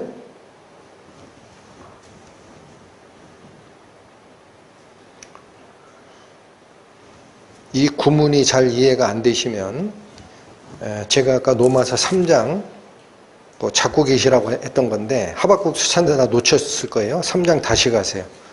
로마서 3장 22절 다시 보세요. 로마서 3장 22절. 자, 21절은 율법 외에 하나님의 의가 나타났다라는 데 집중한 거예요. 근데 22절 가니까 그 내용인데 뭐냐? 곧 예수 그리스도를 믿음으로 말미암아 모든 믿는 자에게 미치는 하나님의 의다라고 합니다. 그러면 예수 그리스도를 믿음으로 말미암아라고 할 때 그 믿음은 누구 믿음이에요? 신자의 믿음이라고. 예수를 믿는 자가 있고 안 믿는 자가 있잖아요. 어렵지 않잖아요. 예수 그리스도를 내가 믿을 거야 말 거야. 이 선택의 기로에 있어요. 그럼 나는 예수 그리스도를 믿을 거야. 그럼 누구 믿음이에요? 신자의 믿음이지. 그래서 그 밑에 나오는 게 모든 믿는 자에게 라고 하는 거예요. 이거 누가 믿는 거예요? 하나님이 믿는 거예요? 사람이 믿는 거예요? 어려운 거 아닌데 이렇게 대답들을 안 하시네. 사람이 믿는 거예요. 누구를? 예수님을. 그죠? 그런데 중요한 게 그거예요. 예수 그리스도를 믿음으로 말미암아 의를 받게 된다가 아니고 이 구절을 잘 보시라고. 예수 그리스도를 믿음으로 말미암아 믿는 자에게 무엇이 미치게 된다 그래요? 하나님의 의가 미치게 된대. 그러니까 이 구절이 세 개가 같은 거예요, 여러분. 로마서에 믿음으로 믿음에 이르게 한다라는 이게 굉장히 어려워요. 근데 하박국서 2장 4절을 가지고 오셨고 로마서 3장 22절에 설명이 돼 있다 보니까 세 구절을 딱 평행으로 딱 놓고 보면 헷갈리게 하나도 없어. 하박국서 2장 4절은 누구 믿음으로 산다? 의인은 자기 자신의 믿음으로 산다. 아, 그러니까 내가 믿어야 되는구나. 맞죠? 그리고 로마서 3장 22절도 예수 그리스도를 믿음으로 말미암아 모든 믿는 자에게 미치는 게 있다라는 거야. 그럼 누가 일단 믿어야 돼요? 사람이 믿어야지. 그게 출발지 믿음인 거예요. 이 믿음이라는 게 뭐냐면 지적 동의가 아니라 우리 수련회 때 여러 번 얘기했어요. 믿다라는 헬라어 피스추오라는 단어는 믿다, 신뢰하다라는 뜻도 되지만 인트러스트, 맡기다라는 뜻이에요. 맡기지 않는 것은 믿음이 아니야. 그러니까 내가 스스로 율법의 행위를 이루어서 하나님께 가겠다라는 길이 그 폐쇄된 길인 걸 알면 하나님이 뚫어준 길이 있어요. 여기다가 내 운명을 맡기는 게 믿는 거예요. 아시겠죠? 그 믿음이 맡기다라는 뜻이니까. 그래서 그렇게 맡긴 자에게는 무엇이 미친다? 3장 22절 무엇이 미친다? 하나님의 의가 미친다. 영향을 거기다 끼치게 된다. 여러분, 하나님의 의가 미치면 아까 제가 말씀드린 의의 개념으로 여기 바꾸시면 이거예요. 하나님께서 당신이 만들어진 방식으로 사람과 하나님과의 관계가 회복되는 길이 있다라 그랬어요. 그게 하나님의 의야. 그러니까 그 하나님이 만드신 그 길이 이 사람에게 적용된다 그러면 죄를 진 죄인에서 하나님 앞으로 쓸 수 있는 상태로 바뀐 거죠. 그게 살아난 거예요? 죽은 거예요? 살아난 거죠. 그래서 뭐라 그래요? 오직 의인은 믿음으로 살리라. 그게 믿음으로 믿음에 이르게 한다. 자, 아직도 어려우면 뒤에 있는 믿음은 하나님의 믿음이에요. 앞에 믿음이 사람의 믿음이에요. 사람이 예수 그리스도를 믿는 것이 앞에 믿음이에요. 믿음으로 이 출발지 믿음이에요. 근데 어디에 간다? 믿음으로 이른다 할 때 이 믿음은 하나님의 신실하심을 얘기하는 겁니다. 하나님의 신실하심도 여기 히브리어 성경으로는 이 믿음이 에무나라고 읽히는 단어를 써요. 에무나. 헬라어로는 피스티오지만 히브리어로는 에무나라는 단어인데 이 에무나가 하나님께 쓰일 때는 우리가 하나님을 믿음의 대상으로 보잖아요. 그러니까 우리에게 쓰일 때는 맡긴다라는 뜻이에요. 믿음이. 근데 하나님 편에서 믿음을 받아주겠다라고 하면 뭐야? 너하고 나하고 얘기했던 거 내가 끝까지 지킬 거야. 이게 믿음이에요. 그게 하나님이 받은 거야. 그래서 진실하심이 돼. 하나님께 쓰일 때는. 지금 시간이 없으니까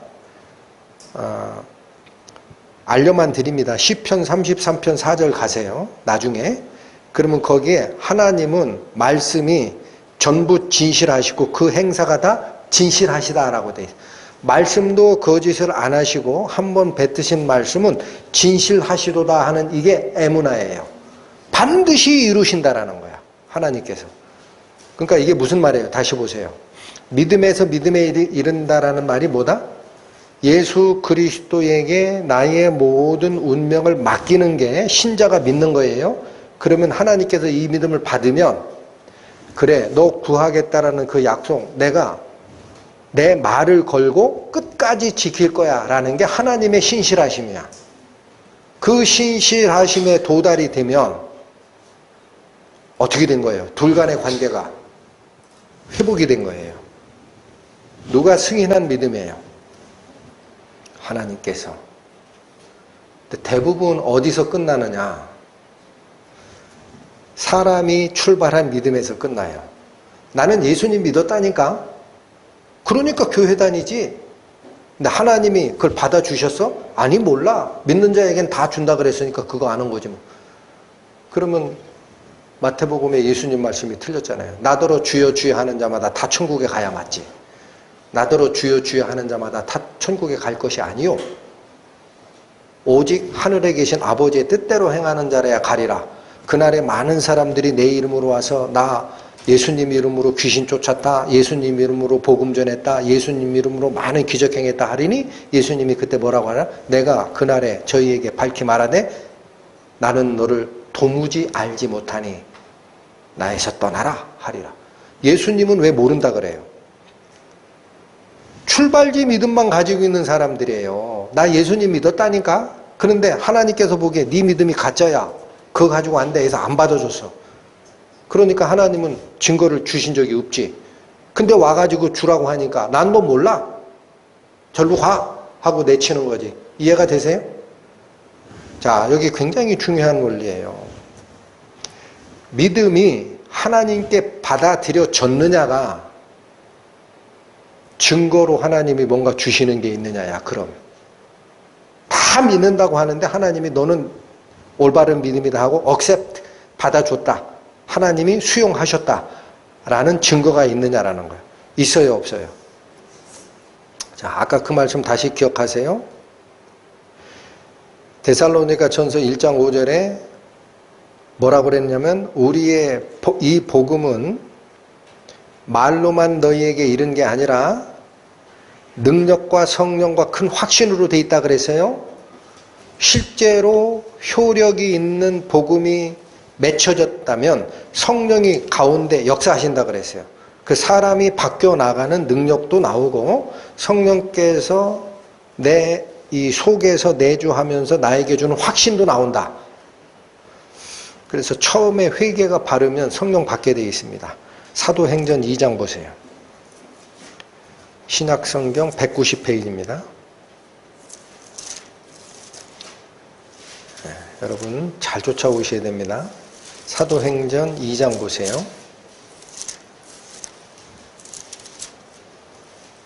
신약 190페이지 2장 38, 39보입니다. 베드로가 가로되 너희가 회개하여 각각 예수 그리스도의 이름으로 세례를 받고 죄사함을 얻으라. 그리하며 이 말이 무슨 뜻이에요? 정확한 회개와 정확한 죄사함이 이루어지면 그런 뜻이에요. 그리하면 무엇을 선물로 받아요?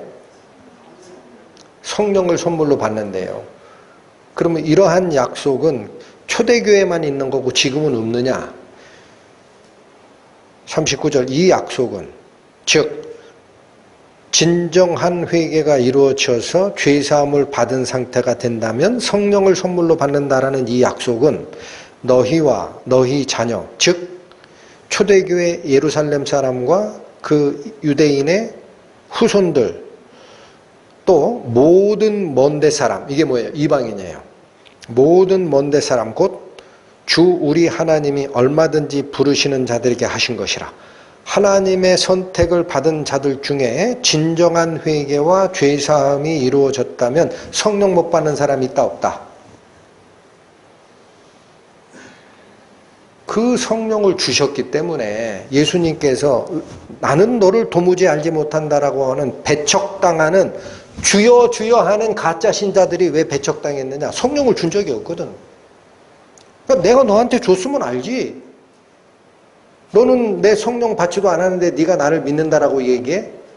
너는 틀렸어. 가짜야. 가. 이렇게 얘기한 거라고요. 여러분 확실한 회개와 죄사함 후에는 뭐가 내 속에 내주한다?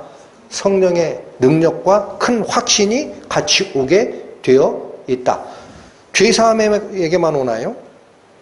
그 뒤에도 나랑 같이 사시기 때문에 나의 살아가는 인생에서 나에게 자꾸 말씀을 주십니다.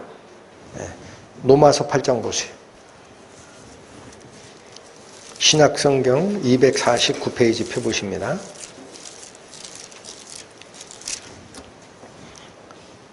로마서 8장 9절 보세요. 만일 너희 속에 하나님의 영이 거하시며 너희가 육신에 있지 아니하고 영에 있나니. 이게 거듭난 자라는 얘기예요. 누구든지 그리스도의 영이 없으면 그리스도의 사람이 아니라. 여러분 여기 9절에서는 하나님의 영, 그리스도의 영 두 가지를 다 썼죠. 에? 같은 분이니까 그래요. 삼위일체니까. 자, 로마서 8장 9절이 얘기하는 바가 뭐예요? 그리스도의 영을 갖지 않은 사람은 그리스찬이 아니에요. 크리스찬 아니야. 거짓말이야. 정신 차려. 그 얘기예요. 어? 처음에 거듭난 적이 없는 자야. 근데 14절에 가니까 어떻게 돼요? 무릇 하나님의 영으로 인도함을 받는 그들은 곧 누구라? 그들이 곧 하나님의 아들이래요.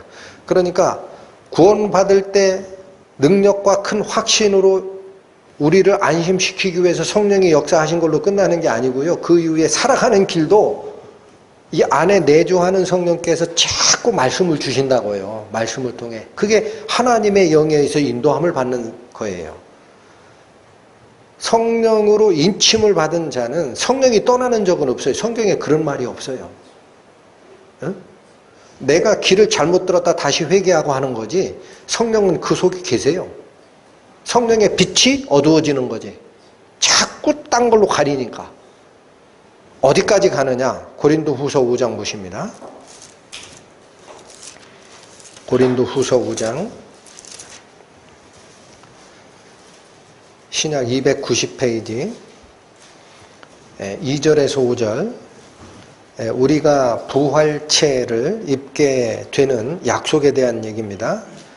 고린도후서 5장 2절 과연 우리가 여기 있어? 이게 땅에 있어예요.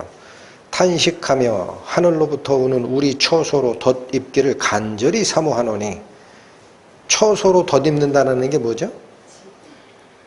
우리가 지금 입고 있는 육체적인 이 몸은 장막집이라고 하니까 그거 벗어 던지고 다른 집으로 갈아입는다라는 뜻입니다. 잘 모르시겠으면 1절 읽고 갑니다. 1절 만일 땅에 있는 우리의 장막집이 무너지면 하나님께서 지으신 집 곧 손으로 지은 것이 아니요 하늘에 있는 영원한 집이 우리에게 있는 줄 아나니. 이해되셨죠? 육체가 죽고 나서 끝나는 게 아니다. 하늘에서 내려오는 새로운 장막집으로 덧입는 게 있다 하노니 3절 이렇게 입으면 벗은 자들로 발견되지 않으려 함이라. 그러니까 천국에 대한 소망도요 영혼만 가서 사는 게 아니에요. 그건 벗는 거지. 육체를 벗고 영혼만 가는. 그게 아니라 하나님 나라에 가서는 새로운 부활체를 입게 된다라는 거야. 4절 이 장막에 있는 우리가 짐진 것 같이 탄식하는 것은 벗고자 함이 아니요 오직 덧입고자 함이니 죽을 것이 생명의 삼킴과 되게 하려 함이라. 죽을 것, 육체적 몸이 사라지면 생명, 영원히 살 수 있는 부활체를 입는 소망이 있다라는 거예요. 근데 이게 어떻게 이루어집니까? 여러분 이게 이루어지기나 하는 겁니까? 그런 믿음을 가지고 있습니까? 이 시대에 크리스찬이라는 교회 다니는 신자들이 생각도 안 할 거려? 제가 왜 이런 얘기 하는 줄 아세요? 신학자라는 사람이 동성애가 하나님 뜻이라고 하는 판에 무슨 부활의 신앙이 있겠느냐 이거야. 하나님이 통탄할 말세의 신앙이지. 근데 여기 나오잖아요. 이게 어떻게 일어난다는 얘기야? 5절 보세요. 곧 이것을 우리에게 이루게 하시고 앞으로 이루어지게 할 거예요. 보증으로 보증금 걸었다. 보증금 걸어줄게. 성령을 우리에게 주신 이가 누구라? 그러니까 여러분 성령이 우리 속에 내주하는 거는 하나님이 보증금 건 거예요. 계약금 건 거야. 야, 계약금 받은 사람 있지? 너희는 부활체 입을 때까지 하나님의 자녀야. 내가 보증할게. 이게 뭐냐? 믿음으로 믿음에 이르게 한다는 겁니다. 내가 예수 그리스도를 믿는 믿음으로 모든 권한을, 나의 생명에 관한 모든 운명을 하나님께 딱 맡기면 하나님께서 당신의 약속을 이행하는 신실함으로 받아줄게라는 뜻이에요. 그래서 뭐를 줘요? 성령 주시고 인도하시고 마지막에 뭐까지 확정 성령으로 한다. 부활체에 있는 거. 그게 완전한 구원이거든. 출발지, 죄사함의 확신, 능력과 성령과 큰 확신, 이것도 성령이 주는 거지만 나를 살아가는 과정에 계속 인도하는 것도 성령님이시고 마지막에 목적지, 부활체를 입는 순간도 어느 능력이 나를 이렇게 바꾸어 갈 거다. 보증금 넣었다. 보증금, 성령으로 보증금 넣어줬어. 걱정하지 마라. 성령 있는 사람은 다 바뀔 거야. 이게 뭐예요? 믿음으로. 내가 하나님을 믿음으로, 그리스도를 믿음으로 어디에 이른다? 하나님께서 완전히 약속을 이행하시겠다라는 신실함에 도달한 거예요. 그래서 베드로 후서에는 뭐라 그래요? 믿음을 뭐라 그래요? 내가 믿었다고 안 해요. 여러분, 여기까지 가본 적이 없는 사람은 꼭 이상한 말을 해요. 목사도 그래요. 믿어지는 게 어딨냐? 내가 믿는 거지 그래요. 저는 그런 얘기를 듣다 보면 한도 없이 절망이 돼. 베드로 후서에 뭐라고 했어요? 우리와 같이 보배로운 믿음을 받은 자들에게 편지하노니. 거기 어디 믿음을 줬다 그래? 받았다 그러지? 하나님께 받은 답신이 있는 거예요. 그게 성령의 큰 확신인 줄 꼭 기억하시기 바랍니다. 그래서 이 원리가 앞으로 로마서를 공부하면서 자세히 풀어질 거예요. 대충 하고 넘어가려고 그랬더니 안 되겠어. 오늘 딱 2절 가지고 말씀드렸지만 어떻게 의로워지느냐.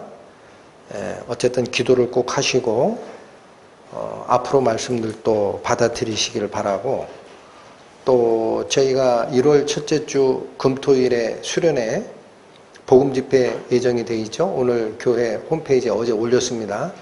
한 번씩 보시고 주변에 바로 이 생명의 말씀, 성령에 의해서 거듭나고 성령에 의해서 인도받고 성령에 의해서 부활체를 입는 이 완전한 소망의 말씀 전하는 시간에 집중해 주시기를 부탁드립니다. 기도하고 마치겠습니다. 하나님 아버지 감사합니다. 그리스도를 통하여 열어놓으신 새롭고 산 길, 그 길이 있음에도 불구하고 사람의 마음은 질기고 완악하여 자기 의를 세우기에 급합니다. 하나님, 그 길이 폐쇄된 길, 막힌 길임을 꼭 깨닫게 하셔서 모든 걸 벗어 던지고 오직 그리스도께서 열어주신 생명의 길에 자기의 모든 운명을 내어드리는 결정, 각 사람의 마음속에 이루어 주소서. 예수님의 이름으로 기도 올립니다. 아멘.